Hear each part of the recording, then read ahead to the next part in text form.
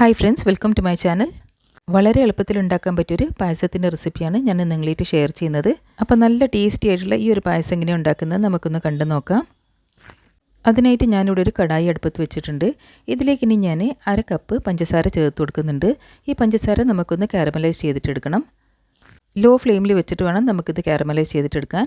ഇനി ഇതിലേക്ക് ഞാൻ 1 ടേബിൾ സ്പൂൺ നെയ്യ് ചേർത്ത് കൊടുക്കുന്നുണ്ട്. ഫ്ലെയിം ഒട്ടും കൂട്ടി വെക്കരുത്, ഇത് പെട്ടെന്ന് തന്നെ മെൽറ്റായി കിട്ടും. ഇപ്പോൾ ഇതാ പഞ്ചസാരയൊക്കെ നന്നായി മെൽറ്റായി കിട്ടിയിട്ടുണ്ട്. ഇതിലും കൂടുതൽ ഡാർക്ക് കളറായി പോകരുത്, അല്ലെങ്കിൽ ഒരു കയ്പ്പ് രസം വന്നു പോവും. ഇനി നമുക്കിതിലേക്ക് പായസത്തിനുള്ള പാല് ചേർത്ത് കൊടുക്കാം. ഞാനിവിടെ പശുമ്പാലാണ് ചേർത്ത് കൊടുക്കുന്നത്. കുറേശ്ശായിട്ട് വേണം ചേർത്ത് കൊടുക്കാൻ. ഞാനിവിടെ 2 കപ്പ് പാലാണ് ചേർത്ത് കൊടുക്കുന്നത്. പാല് ചേർത്ത ഉടൻ തന്നെ കാരമലൊന്ന് കട്ടിയായി വരും. അത് പാല് തിളയ്ക്കുന്നതിനനുസരിച്ചിട്ട് അത് മെൽറ്റായി കിട്ടും. ഇനി നമുക്കിതിലേക്ക് ഫ്ലേവറിനായിട്ട് കുറച്ച് ഏലക്കാപ്പൊടിയും ഒരു നുള്ളുപ്പും കൂടി ചേർത്ത് കൊടുക്കാം. ഇനി നമുക്ക് പാലൊന്ന് തിക്കായി കിട്ടുന്നവരെ ലോ ഫ്ലെയിമിൽ വെച്ചിട്ട് ഇതൊന്ന് തിളപ്പിച്ചിട്ടെടുക്കാം. ഇനി നമുക്കിതിലേക്ക് കുറച്ച് ചോറ് ചേർത്ത് കൊടുക്കാം. ഞാനിവിടെ 3/4 കപ്പ് ചോറാണ് ചേർത്ത് കൊടുക്കുന്നത്. ഇനി നമുക്ക് ലോ ഫ്ലെയിമിൽ വെച്ചിട്ട് ഒരു 5 മിനിറ്റ് നേരത്തേക്ക് ഇതൊന്ന് കട്ടിയായി കിട്ടുന്നവരെ വേവിച്ചിട്ടെടുക്കാം.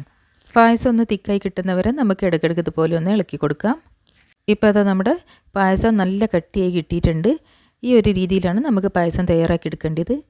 കുറച്ച് ചോറ് കൊണ്ട് നമുക്ക് പെട്ടെന്ന് തന്നെ നല്ല ടേസ്റ്റി ആയിട്ടുള്ളൊരു പായസം തയ്യാറാക്കിയെടുക്കാം. ഇനി നമുക്ക് ഫ്ലെയിം ഓഫ് ചെയ്തിട്ട് ഇത് സെർവിങ് ബൗളിലേക്ക് മാറ്റി കൊടുക്കാം. അപ്പം നമ്മുടെ സൂപ്പർ ടേസ്റ്റി ആയിട്ടുള്ള പായസം ഇവിടെ തയ്യാറായിട്ടുണ്ട്.